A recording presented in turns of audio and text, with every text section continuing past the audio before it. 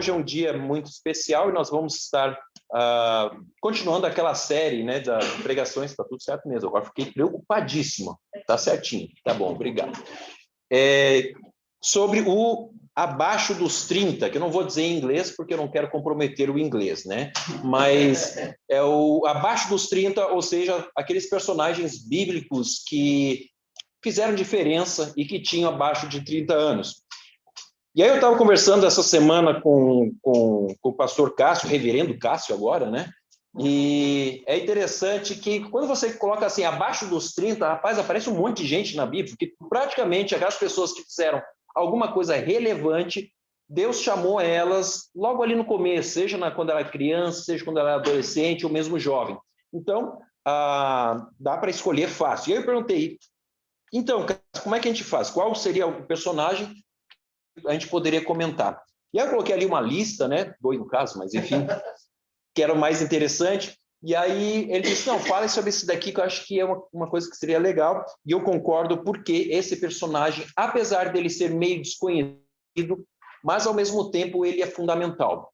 Para vocês terem uma ideia, a esse personagem é atribuído vários livros no Novo Testamento que foram escritos, por ele. Na verdade, ele é o segundo maior autor do Novo Testamento depois de Paulo. Estamos falando de João, ou seja, o apóstolo João, que a ele é acreditado 5 livros.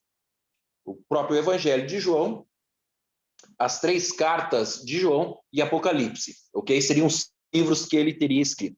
Aí eu não vou entrar na discussão se é, se não é, se tinha outro João, se tinha... Não vamos entrar nessa questão, mas o importante é notar quem era esse cara. Por isso que o pessoal aqui da técnica do lado vai colocar já o nosso slide lá, porque a grande questão que nós vamos falar hoje é sobre um mar tempestuoso, ok?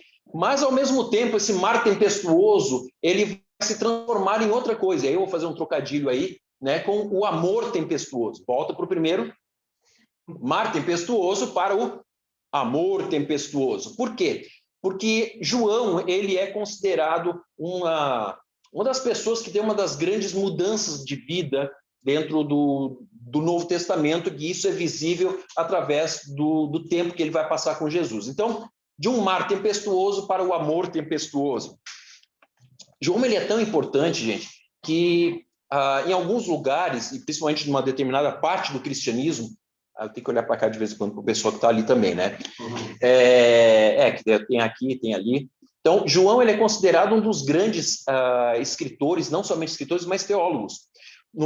Nas igrejas, por exemplo, católica, protestante, né, que nós recebemos essa herança, o principal personagem teológico é o apóstolo Paulo. Geralmente a gente fala de Paulo para cá, Paulo para lá, Paulo, Romanos, Efésios, tal, todas essas escritas. Só que para a igreja cristã oriental, não é que Paulo não tenha tanta importância, mas se fala muito de João. E é interessante a ênfase que o cristianismo oriental dá em cima de João. Por exemplo, a igreja ortodoxa russa, o principal patrono, vamos assim dizer, da teologia russa é João e não Paulo, como geralmente é no Ocidente, né? Paulo sendo o principal. Mas quem é esse João? Quem é essa pessoa que muitas vezes aparece pouco, né? Eu estou vendo que o pessoal está super rápido, já está lá no último slide. Pode ir, vai para lá mesmo. Isso mesmo. Filiação, tá? João, ele é filho de Zebedeu, discípulo de Jesus de Nazaré. E a filiação dele, ou seja, quem eram os pais? Como o próprio nome diz, é filho de Zebedeu, ou seja, Zebedeu era o pai e Salomé é a mãe de João. Isso com alguns textos que a gente vai encontrar. Eu não vou fazer toda a reconstrução, porque senão vai demorar muito tempo, mas Salomé é considerada a mãe de João. Ok. E é interessante que alguns chegam a dizer, tá, dentro de um estudo um pouco mais aprofundado, que Salomé seria, inclusive, irmã de Maria, mãe de Jesus. Isso faria com que João se tornasse primo de Jesus.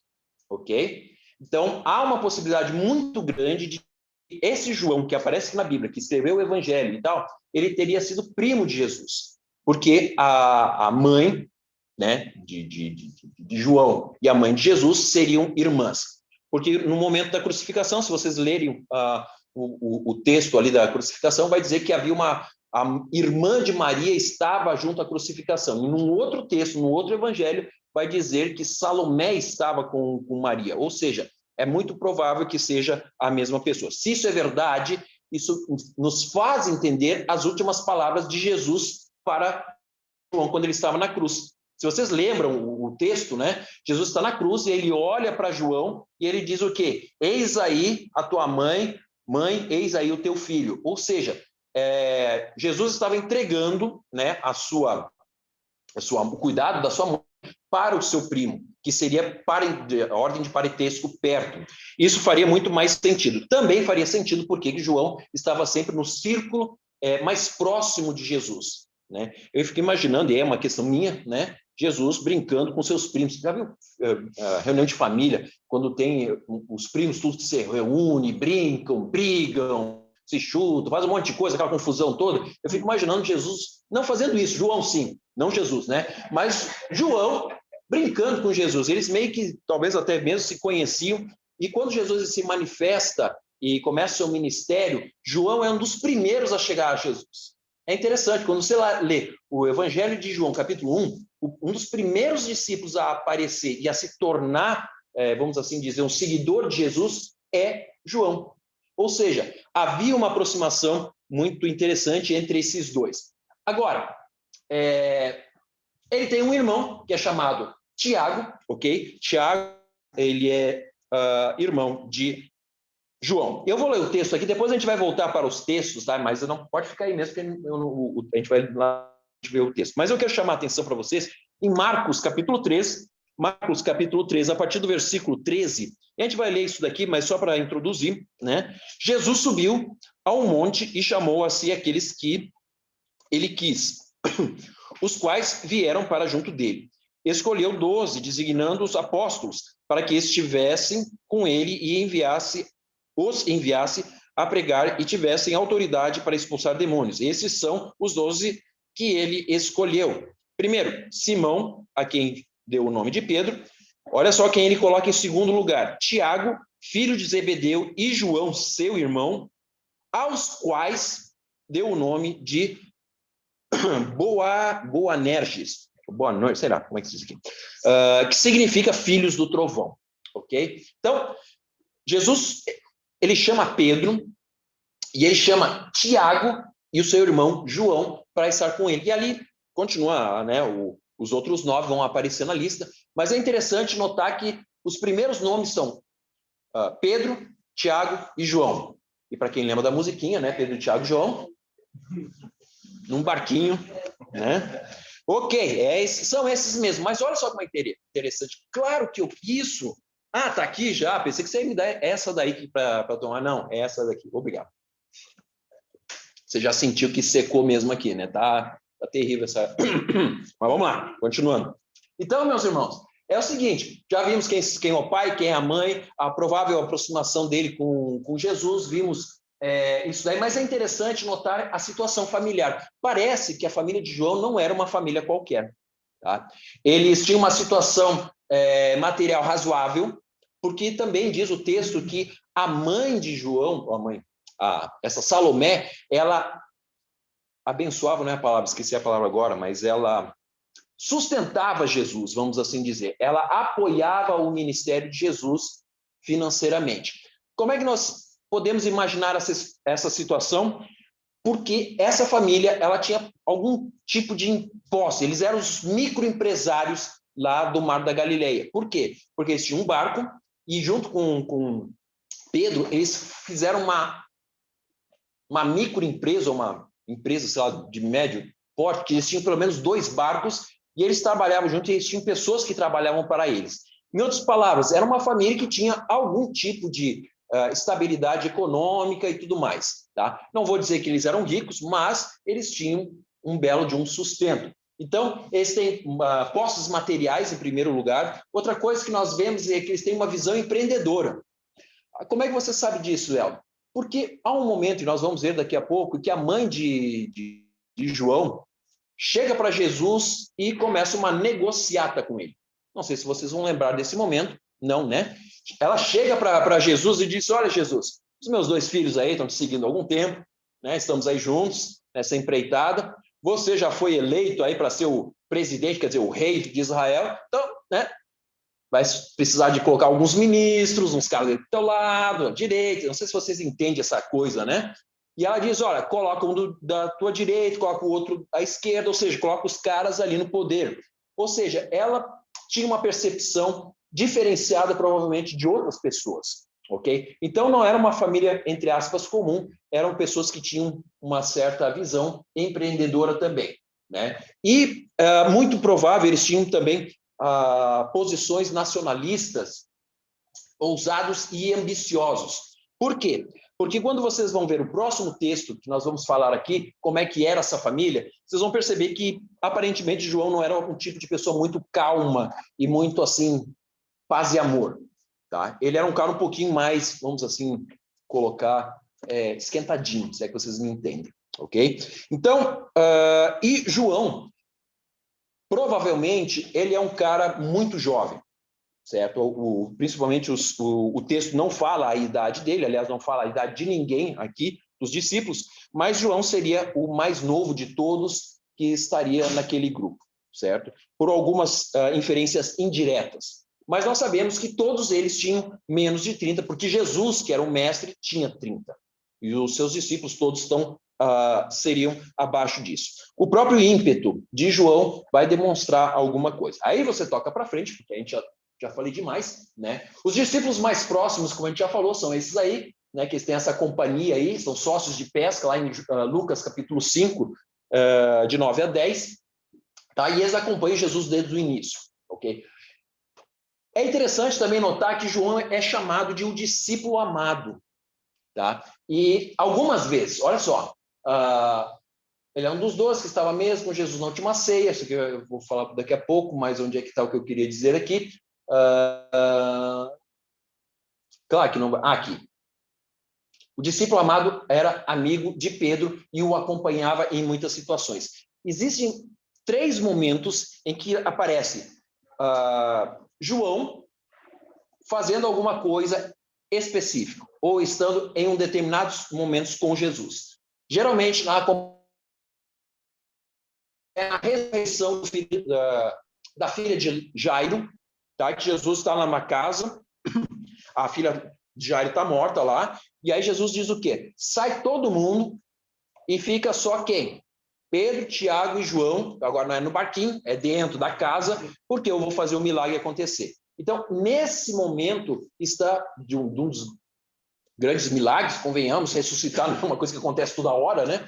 Então, Jesus vai fazer um dos grandes milagres e ele está na companhia somente dessas pessoas que são as mais próximas dele, ok? Outro momento que é muito importante é no momento da transfiguração. Lá em Mateus capítulo 16, fala da transfiguração de Jesus no monte. E quem que está lá? Pedro, Tiago e João. De novo, só que não estão no barquinho, não estão dentro da casa, agora estão no monte. E são esses 3 que vêm, talvez, o momento mais glorioso de Jesus antes da ressurreição, que é quando ele aparece na sua glória, e aí vocês lembram daquela história, aparece Elias e Moisés também ali com Jesus, né? Vem uma nuvem, fala, etc. Logo, logo essa água vai acabar. Mas vamos lá. Então, outro momento que aparece Jesus de novo, com os mesmos 3 caras ali, é no Getsemane. Quando Jesus está para morrer, né, na última noite lá, diz que ele sai com os discípulos, vai até o Getsemane para orar, e ele diz o seguinte, ó, galera, é o seguinte, todo mundo fica aqui, só Tiago, João e Pedro, vem comigo, porque eu quero ter uma palavrinha de oração mais com esses 3 aqui. E eles estão perto novamente de Jesus.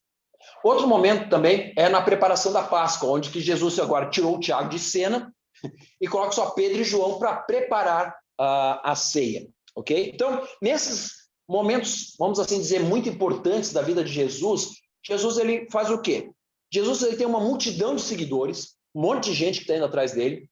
Ele tem os discípulos, que são 70 mais ou menos, 72. Ele tem 12 apóstolos. Desses 12 apóstolos, 3 são os mais chegados. E desses mais chegados, tem um que diz que ele amava mais. Interessante, que ele é o discípulo amado. tá? E que é, no caso aqui, João. Não que ele menosprezava os outros, mas nos momentos em que ele precisava estar a sós, precisava ter um pouquinho mais de calma, um pouquinho mais de tranquilidade e poder, quem sabe, até mesmo abrir algumas coisas, ele chamava quem? Esses caras, porque ele sabia que podia contar a toda hora com Tiago, com Pedro e com João, ok? Então, esse é o discípulo que nós estamos falando hoje. João, o cara que andava muito próximo de Jesus. E esse cara, deixa eu ver aqui, tal, Tiago foi morto, sim. Isso aqui eu estou explicando mais ou menos, vamos pular isso daqui, pode ir para frente, explicando quem era João, mas pode, vai. Isso. Agora vamos falar um pouquinho sobre o mar tempestuoso que era esse João. O João, gente, ele é um cara que só podia ser amigo de Pedro. É impressionante. Eu fico imaginando João e Pedro junto num barquinho. Um tinha que estar na proa e outro na popa, né? Porque senão era a briga certa. Porque aqueles dois eram pessoas que tinham, assim, muita... falavam, não, vamos lá, vamos fazer, não sei o quê. A tal ponto que quando Jesus chama os seus discípulos, ele coloca um apelido. Jesus colocava apelido também nos seus discípulos. Ele colocou um apelido nos dois, João e Tiago. Eles são chamados de... Não, esse aqui é o versículo anterior, é Mateus 4. Próximo, pode colocar no próximo, por favor?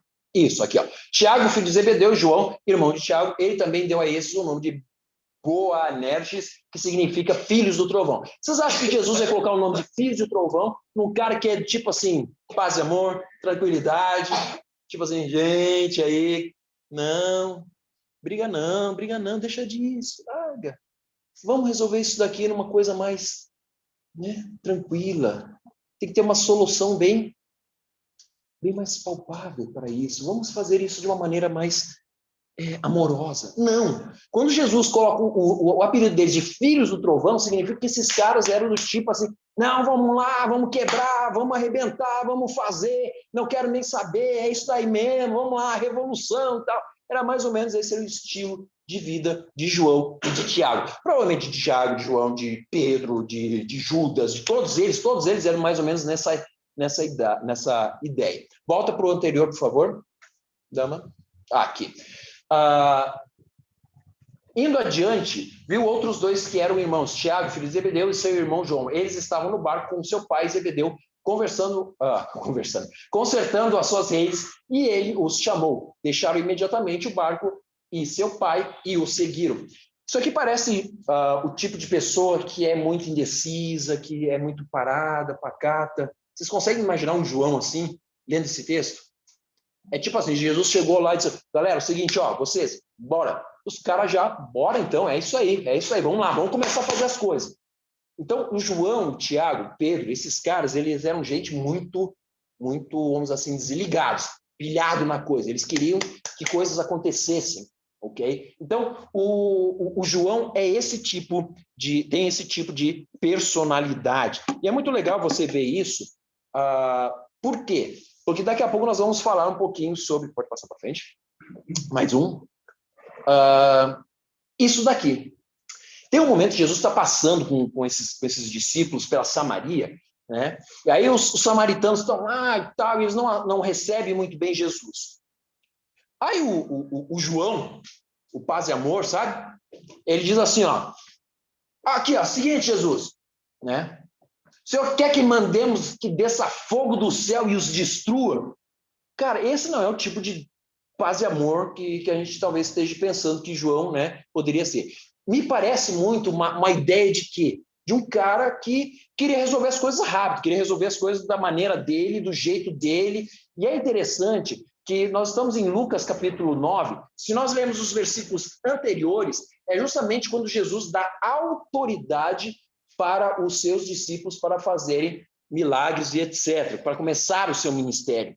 Ok, você vai dizer, olha, mas que estranho isso, né?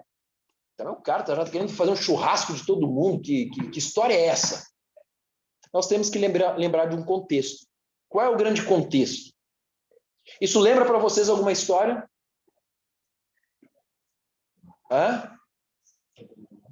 Sodoma e Gomorra também.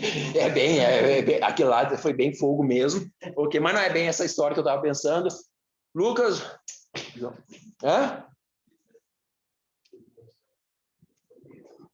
Ok, Moisés, certo. Deve ter algum texto que fala sobre isso.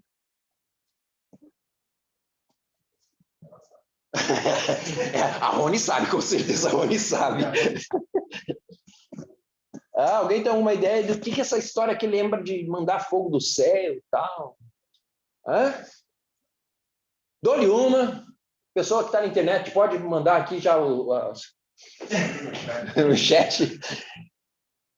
Qual é o cara que orou para que o fogo descesse do céu? Elias, muito bem, muito bem. Você ganhou agora uns parabéns só, né? Muito legal. Elias. Agora, se vocês pegarem a ideia aqui, é mais ou menos o seguinte: na época se esperava que um Elias viesse, ok? E começasse a preparar a vinda do Messias, etc. Então, quando Jesus ele está vivendo essa vida aqui na Terra, a figura de Elias era muito, vamos assim dizer, estava no top das paradas de sucesso de todo mundo. Todo mundo pensava no Elias, eles queriam ver Elias, Elias, Elias. Aí, quando Jesus ainda não está identificado como sendo o Messias, todo mundo ainda olhando assim, quem é esse Jesus, ninguém sabe muito bem, nem os discípulos sabem muito bem quem é. Aí, Jesus dá autoridade para esses caras. Meu, se você está ali achando que aquele cara que é o teu chefe ali, né, ele é alguma coisa. Aí você assim, meu amigo, se o cara está me dando essa carta branca, quer saber de uma coisa? A primeira oportunidade que eu tiver aqui de poder mostrar um poder, e poder no pensamento deles, um homem de poder, um homem de Deus, era Elias. Então, se eu puder fazer fogo cair do céu, aí sim, esse cara já está nem sabe? Nem na direita, nem na esquerda. De repente já está ali bem quase sentando no trono mesmo. Por quê? Porque era considerado Elias o grande exemplo, e se alguém conseguisse fazer a mesma coisa que Elias, esse cara ia ser muito legal. E aí o João, que está ali, ele diz, Senhor, se o senhor quiser aí, a gente, né, agora que a gente está com poder aí, tá, a gente vai mandar cair fogo no céu. Está entendendo o que ele está dizendo? Ele está tentando aí se colocar, né? Então, ó, tá vendo aqui, ó. Estou bem aqui, estou perto de Jesus, né? Estou bem chegado e tal. E se ainda cair fogo no céu, cara, ninguém me segura. Ó, vou voar. Mas é interessante também que o João não está preocupado com as pessoas que estão lá. Não sei se vocês notaram, mas nesse caso aqui, ele não está muito preocupado com as pessoas, não. E ele estava querendo matar a cidade inteira, gente. O João, paz e amor, está querendo matar todo mundo. Mas esse é um João que ainda está sendo transformado. Nós estamos falando de Lucas capítulo 9. Ainda está sendo... Jesus está trabalhando na vida desse cara. Esse é um cara que tem uma vida ainda pela frente. E eu quero que a gente passe para o próximo... Aí. Isso. Quando eu vejo a ideia desse João, eu não estou dizendo que eu estou certo, mas no meu pensamento, João ele tem uma característica muito revolucionária, né? É o tipo do cara assim, não, vamos tocar fogo nisso aí. Vamos fazer o que precisa ser feito. Vamos resolver essa situação. Vamos fazer isso daí. E também, se eu puder chegar perto do poder, eu estou aí. Eu estou sempre com o cara mesmo, Jesus, né? Estou sempre ali no grupo. É que vocês estão entendendo? Aquela panelinha ali. Por que não? Né? E é interessante que essa juventude de João, abaixo dos 30, tem muito a ver com isso. E eu fico pensando na minha vida e talvez na vida de tantas pessoas, de quando a gente tem menos de 30, principalmente quando a gente está com uns 18, a partir dos 15, não, a partir dos 5, não, dos 15 mesmo, né? A gente tem aqueles ideais de vida, já viu? Parece que a gente vai revolucionar o mundo, nós vamos mudar a humanidade. Tudo vai começar a melhorar a partir da minha existência aqui. A igreja vai melhorar, o país vai melhorar, o meu bairro vai melhorar, a minha família vai melhorar, tudo vai melhorar porque eu estou aqui. Eu não sei se vocês passaram por essa fase, se ainda estão nessa fase, né? Mas quando a gente é jovem, quando a gente está nessa idade, realmente a gente tem esse ideal de querer mudar as coisas, de mudar tudo. E muitas vezes nós achamos que podemos fazer isso através da força, podemos fazer isso através da nossa própria vontade, das nossas habilidades, ou do jeito como eu sou bom. Eu tenho uma boa eloquência, eu sou uma pessoa que me comunico bem, Ou então eu sou uma pessoa que eu sei as metas, eu sei onde chegar, eu sou alguém empreendedor, então eu vou chegar lá, não importa o que isso vai custar, mas as coisas vão acontecer conforme eu estou prevendo. Eu não sei se você se identifica com algum tipo dessas características que eu estou citando aqui. Bom, o tempo, às vezes, acaba fazendo a gente entrar no equilíbrio.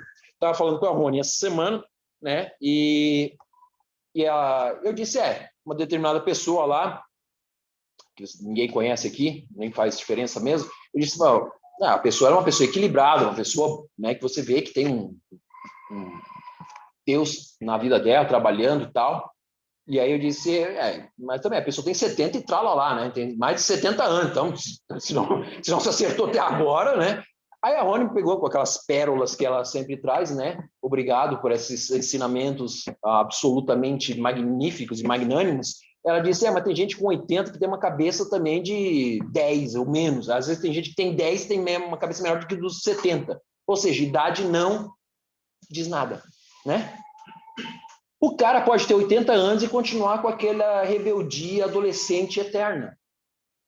Mas tem algum adolescente, talvez, que já tenha uma cabeça um pouco mais centrada e entendendo que as coisas não precisam ser feitas na base da violência ou da força.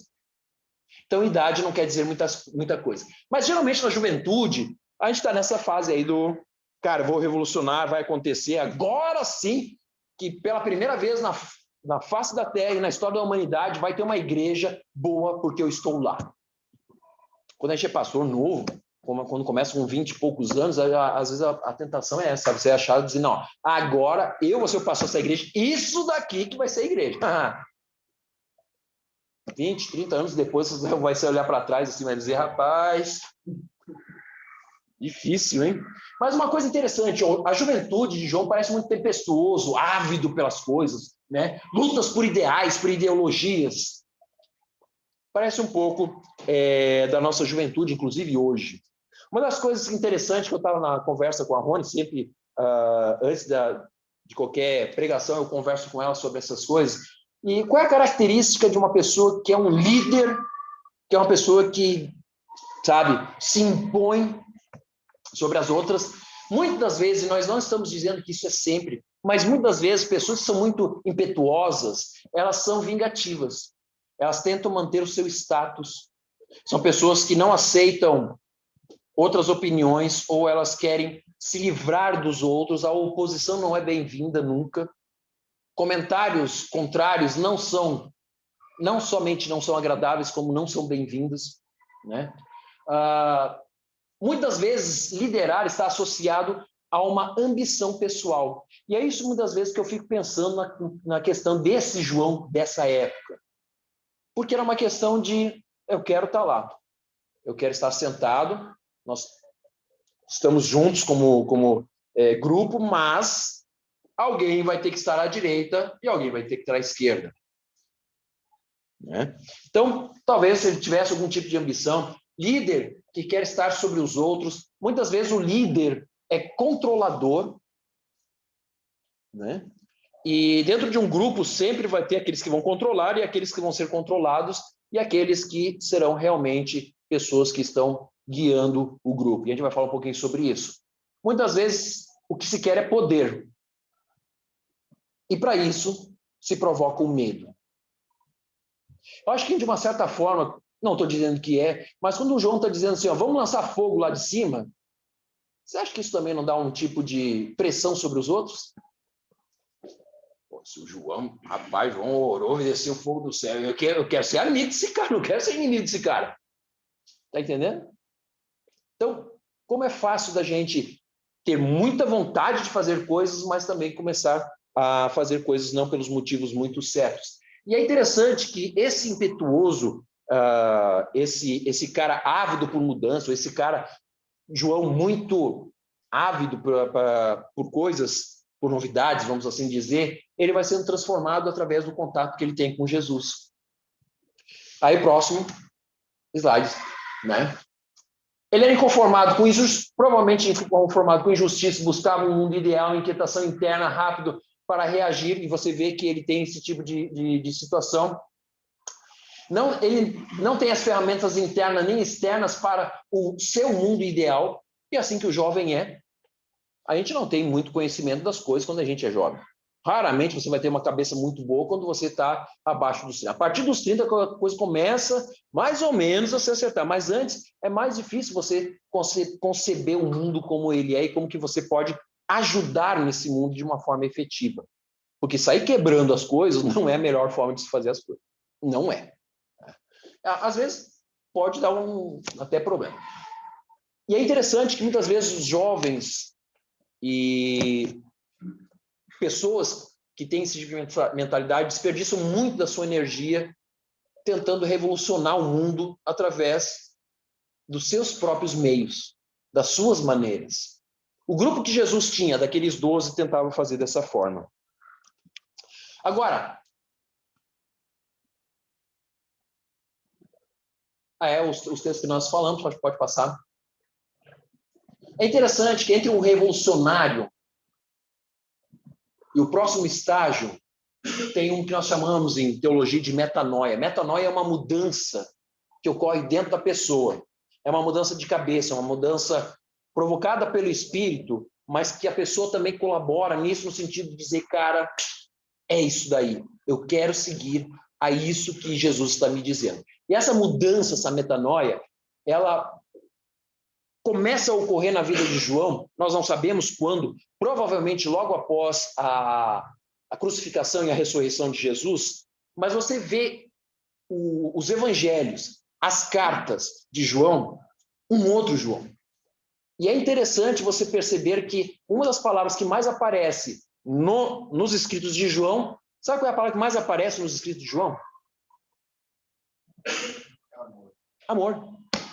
Esse é o cara quem talvez a gente menos esperasse alguma coisa era João, porque ele é o cara que estava querendo destruir todo mundo, ele era lá na cidade, ele é o cara que queria estar, sabe?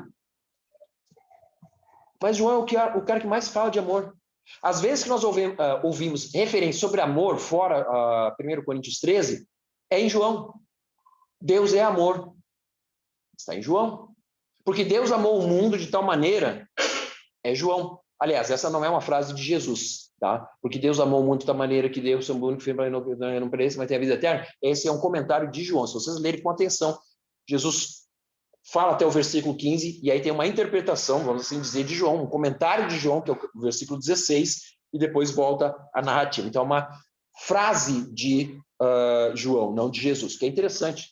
Que é estranho, né? Jesus olhar assim, porque Deus amou o mundo que enviou o seu filho. Não, é um comentário de João, tá? Então, há uma mudança. E é interessante que, se antes nós temos um revolucionário, um cara que quer ser líder, um cara que quer mandar, um cara que quer estar à frente, parece que João ele toma uma outra característica, um pouco mais de equilíbrio, uma temperança, aprofundamento dos seus pensamentos. Ele se torna um guia, né, para os outros. E a ideia é de um altruísmo, e não de um para mim mesmo. Essa é a diferença entre um líder e um condutor, como eu coloco aqui, condutor, orientador e guia. Sabe qual é a diferença? É exatamente essa. O líder, muitas vezes, ele olha para si e ele diz, eu vou fazer. Aquele que é guia, aquele que é condutor, até evitei de usar a palavra guia, porque dá um outro contexto no Brasil, mas essa ideia de alguém que guia as pessoas, né? Ele vai junto. Eu gosto, inclusive, da palavra em russo para líder, que é, traduzindo livremente, seria aquele que guia pela mão, que é rukovodитель, aquele que guia pela mão, para vocês duas, é rukovodитель, tá? Que guia pela mão, ou seja, eu vou junto. Eu não estou na frente e todo mundo está vindo atrás de mim. Eu estou guiando pela mão. E é interessante você notar que Jesus, o ministério de Jesus sempre foi aquele que estava guiando, que estava conduzindo. Jesus não saía correndo na frente lá, vamos revolucionar tudo isso aqui, vamos acabar, vamos apedrejar, vamos jogar. Não, ele andava com os seus discípulos, ele ensinava os seus discípulos. João percebe isso, a liderança de Jesus. João ele percebe que Jesus ele tem uma coisa diferente. Ele não é o revolucionário, não é o cara que quer quebrar tudo para começar tudo de novo, porque agora que vai ser bom. João ele começa a entender que o verdadeiro líder de Deus, ele anda junto. Ele não precisa quebrar tudo. Ele não precisa mandar fogo vir do céu. O que ele precisa, na verdade, é exatamente isso daqui, uma mudança na sua vida, no seu conceito, e ele conduzir, orientar e guiar. Essa é a nossa função na nossa sociedade hoje. Nós não podemos pensar em estar revolucionando pela revolução. A nossa revolução vem de uma outra forma. A nossa revolução vem através dessa metanoia, dessa mudança de pensamento. Quando ele chega no final da sua vida, quando ele escreve todos os seus livros, praticamente, ele já é o pacificador. É interessante, o cara todo nervosinho, lá no final já é o cara que diz, gente, não tem nada melhor do que o amor. O amor é a maior de todas as revoluções, não é o ódio. Os revolucionários pregam a revolução através do ódio. É só vocês verem os discursos inflamados dos grandes líderes. É nós contra eles. Eles não prestam. Vamos acabar com eles. Vamos derrotar, vamos tirar. Ao passo que Jesus vem com uma outra mensagem. Ele vem com a mensagem do amor, que é muito mais forte do que o ódio. Próximo. E aí que você vê a tempestade do mar, o mar tempestuoso se transformar no amor tempestuoso. No final da sua vida, o filho do trovão, que é João, se transformou em filho do amor.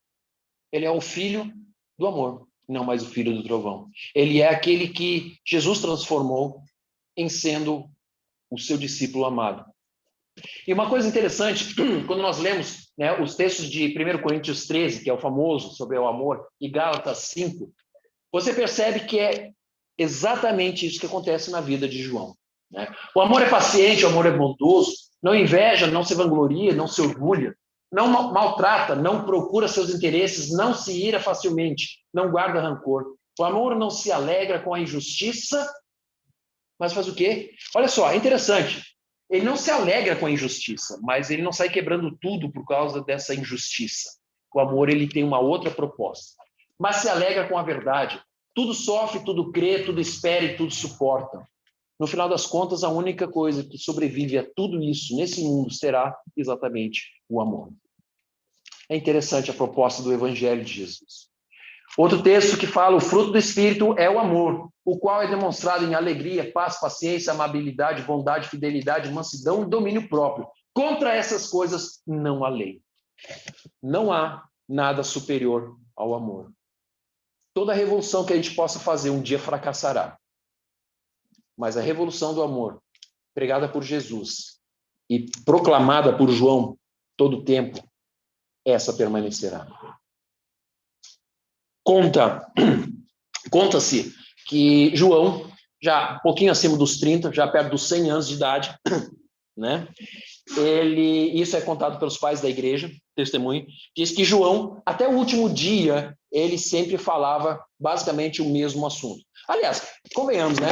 Se vocês leu a primeira, segunda, terceira carta de João, e até mesmo um pouquinho dos evangelhos de João, é meio chatinho, né? No sentido de que ele fala muito sobre uma coisa só, amor, porque para ele isso era importante. Chato no sentido de que você vai ver que ele fala: meus irmãos, Deus é amor. E importa que nós nos amemos uns aos outros. Por quê? Porque Deus é amor. Mas nós temos que nos amar, porque se a gente não se ama, como é que a gente ia amar aos outros? Porque o amor é a coisa mais importante. Ou seja, para ele não tinha nada mais importante mesmo do que o amor. Ele era o pastor de uma pregação só, chegava no púlpito e falava sobre amor. Domingo seguinte, ele abria algum texto para falar sobre amor. Eu conheci um pastor lá na USP que ele pregava, qualquer pregação que ele fazia, sempre caía no tema do pecado.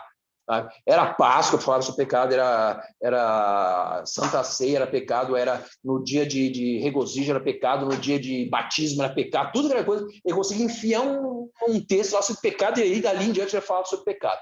Mas tudo bem, a questão não é essa, a questão é que o João falava de amor toda hora.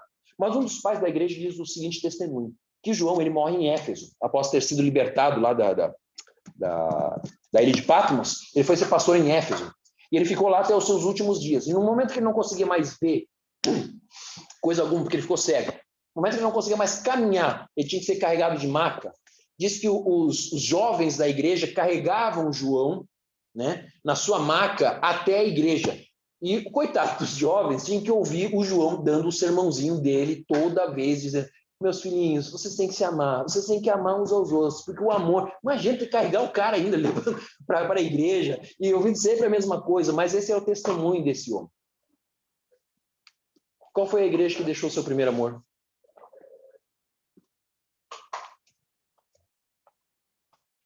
Pois é.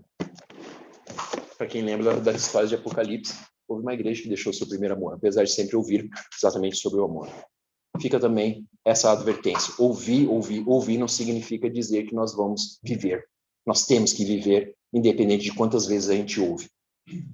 Para encerrar, eu acho que já encerrou, né? É o último esse? Ok. Nada melhor do que acabar com o amor de Deus.